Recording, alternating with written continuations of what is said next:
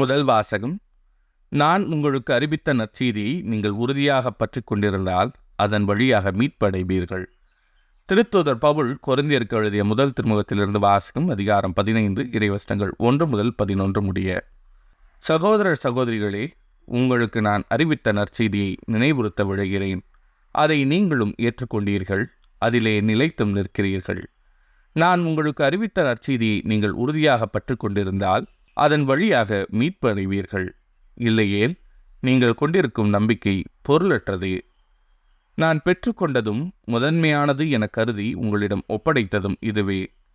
மறைநூலில் எழுதியுள்ளவாறு கிறிஸ்து நம் பாவங்களுக்காக இறந்து அடக்கம் செய்யப்பட்டார். மறைநூலில் எழுதியுள்ளவாறே 3ஆம் நாள் உயிருடன் எழுப்பப்பட்டார். பின்னர் அவர் கேபாவுக்கும் அதன் பின் 12 தோன்றினார். பின்பு 500க்கும் மேற்பட்ட சகோதர சகோதரிகளுக்கு ஒரே நேரத்தில் தோன்றினார். அவர்கள் பலர் இன்னமும் உயிரோடு இருக்கின்றனர், சிலர் இறந்து விட்டனர். பிறகு யாக்கோபுக்கும் அதன் பின் திருத்தூதர் அனைவருக்கும் தோன்றினார். எல்லாருக்கும் கடைசியில் காலம் தப்பி பிறந்த குழந்தை போன்ற எனக்கும் தோன்றினார்.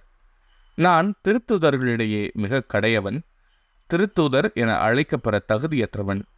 ஏனெனில் கடவுளின் திருச்சபையை துன்புறுத்தினேன்.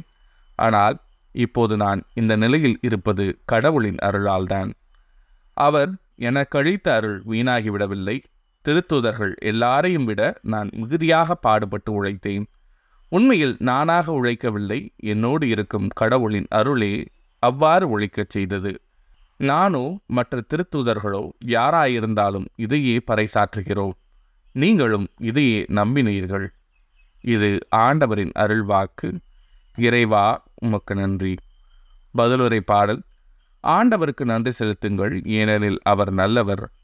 ஆண்டவருக்கு நன்றி செலுத்துங்கள், ஏனெனில் அவர் நல்லவர். என்றென்றும் உள்ளது அவரது பேரன்பு. என்றென்றும் உள்ளது அவரது பேரன்பு என இஸ்ரேல் மக்கள் சாற்றுவார்களாக. ஆண்டவருக்கு நன்றி செலுத்துங்கள், ஏனெனில் அவர் நல்லவர். ஆண்டவரது வழக்கை உயர்ந்தோங்கி உள்ளது. ஆண்டவரது வழக்கை வலிமையாய் செயலாற்றியுள்ளது. நான் இறந்தொழியேன், உயிர் வாழ்வேன். ஆண்டவரின் செயல்களை விரித்துரைப்பேன். ஆண்டவருக்கு நன்றி செலுத்துங்கள், ஏனெனில் அவர் நல்லவர். என் இறைவன் நீரே, உமக்கு நான் நன்றி செலுத்துகிறேன். என் கடவுளே, உம்மை புகழ்ந்தேத்துகிறேன். ஆண்டவருக்கு நன்றி செலுத்துங்கள், ஏனெனில் அவர் நல்லவர். நற்செய்தி வாசகம். இவர் செய்த பல பாவங்கள் மன்னிக்கப்பட்டன, ஏனெனில் இவர் மிகுதியாக அன்பு கூர்ந்தார்.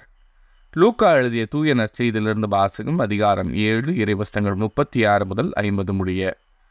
அக்காலத்தில் பரிசேயருள் ஒருவர் இயேசுவை தம்மோடு உண்பதற்கு அழைத்திருந்தார். அவரும் அந்த பரிசேயருடைய வீட்டிற்கு போய் பந்தியில் அமர்ந்தார். அந்நகரில் பாவியான பெண் ஒருவர் இருந்தார். இயேசு பரிசேயருடைய வீட்டில் உணவருந்த போகிறார் என்பது அவருக்கு தெரிய வந்தது. உடனே அவர் நறுமண தைலம் கொண்ட படிகச்சி முளை கொண்டு வந்தார். இயேசுவுக்கு பின்னால் கால்மாட்டில் வந்து அவர் அழுது கொண்டே நின்றார். அவருடைய காலடிகளை தம் கண்ணீரால் நனைத்து தம் கூந்தலால் துடைத்து தொடர்ந்து முத்தமிட்டு அக்காலடிகளில் நறுமண தைலம் பூசினார். அவரை அழைத்த பரிசேயர் இதை கண்டு, இவர் ஓர் இறைவாக்கினர் என்றால் தம்மை தொடுகிற இவள் யார், எத்தகையவள் என்று அறிந்திருப்பார். இவள் பாவியாயிற்றே என்று தமக்குள்ளே சொல்லிக் கொண்டார்.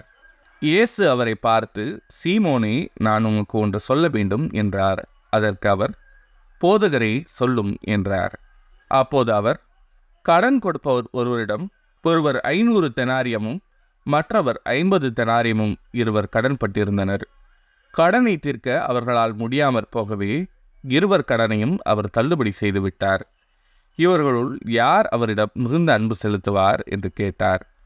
சீமோன் மறுமொழியாக, அதிக கடனை யாருக்கு தள்ளுபடி செய்தாரோ அவரே என நினைக்கிறேன் என்றார். இயேசு அவரிடம், நீர் சொன்னது சரியே என்றார். பின்பு அப்பெண்ணின் பக்கம் அவர் திரும்பி சீமோனிடம், இவரை பார்த்தீரா? நான் உம்முடைய வீட்டிற்குள் வந்தபோது நீர் என் காலடிகளை கழுவ தண்ணீர் தரவில்லை. இவரோ தம் கண்ணீரால் என் காலடிகளை நனைத்து அவற்றை தமது கூந்தலால் துடைத்தார். நீர் எனக்கு முத்தம் கொடுக்கவில்லை. இவரோ நான் உள்ளே வந்தது முதல் என் காலடிகளை ஓயாமல் முத்தமிட்டு கொண்டே இருக்கிறார். நீர் எனது தலையில் எண்ணெய் பூசவில்லை. இவரோ என் காலடியில் நறுமண தைலம் பூசினார். ஆகவே நான் உமக்கு சொல்கிறேன், இவர் செய்த பல பாவங்கள் மன்னிக்கப்பட்டன, ஏனெனில் இவர் மிகுதியாக அன்பு கூர்ந்தார். குறைவாக மன்னிப்பு பெறுவோர் குறைவாக அன்பு செலுத்துவோர் ஆவர் என்றார். பின்பு அப்பெண்ணை பார்த்து, உன் பாவங்கள் மன்னிக்கப்பட்டன என்றார். பாவங்களையும் மன்னிக்கும் இவர் யார் என்று அவரோடு பந்தியில் அமர்ந்திருந்தவர்கள் தங்களுக்குள் சொல்லிக் கொண்டார்கள். இயேசு அப்பெண்ணை நோக்கி, உமது நம்பிக்கை உம்மை மீட்டது, அமைதியுடன் செல்க என்றார். இது ஆண்டவரின் அருள்வாக்கு. கிறிஸ்துவே உமக்கு புகழ்.